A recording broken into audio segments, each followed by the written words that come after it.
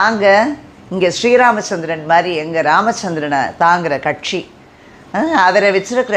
அவரை தலைவராக வச்சுருக்கிற கட்சி நாங்கள்.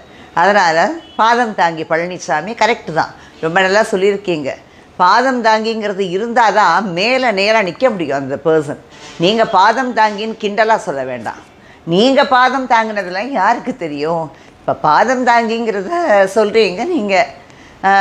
ஏதோ பிஜேபியும் இது ஏடிஎம்கேயும் கள்ளக்கூட்டணி, அந்த கூட்டணி. இப்போ முதல்ல உறவுன்னே சொன்னார், எப்போ கூட்டணின்னு நாகரிகமாக நான் ஒரு வீடியோ போட்டிருந்தேன்ல, இவ்வளோலாம் அசிங்கமாக இதெல்லாம் நல்ல வார்த்தை தானா, பாலிட்டிஷியன்ஸ் பேசுகிற வார்த்தையெல்லாம் நல்ல வார்த்தை தானான்னு சொல்லி கேட்டிருந்தேன் இல்லையா? அது ஏதோ ரீச் ஆகிருக்கா? இல்லை, அவங்களுக்கே கொஞ்சம் ஞானம் வந்திருக்கும். எலெக்ஷன் டைமில் ஞானம் வரும் இல்லையா எல்லாருக்கும்? போதி மரம், எலெக்ஷனுங்கிறது ஒரு பெரிய போதி மரம், எல்லாருக்கும் என்லைட்டன் பண்ணும், நல்லதுக்கெல்லாம் என்லைட்டன் பண்ணும். அதனால தான் கோவிலுக்கு போகிறாங்க. அதே மாதிரி உறவுங்கிறத எடுத்துகிட்டு கூட்டணின்னு சொல்லியிருக்காங்க. சரி, கள்ளக்கூட்டணின்னு சொல்கிறீங்க, அதனால் பாதம் தாங்கி பழனிசாமின்னு சொல்கிறீங்க.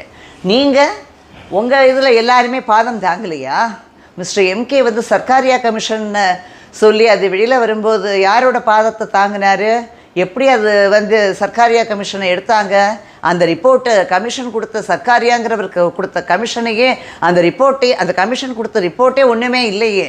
அது சரி, இப்போ ஆறுமுகசாமி கமிஷனோட ரிப்போர்ட்டும் ஒன்றும் இல்லை. அதே மாதிரி தான் அருணா ஜெகதீசன் கொடுத்த ரிப்போர்ட்டை சொன்னீங்க. அருணா ஜெகதீசன் கொடுத்த ரிப்போர்ட் படி நீங்கள் என்ன ஆக்ஷன் எடுத்தீங்க?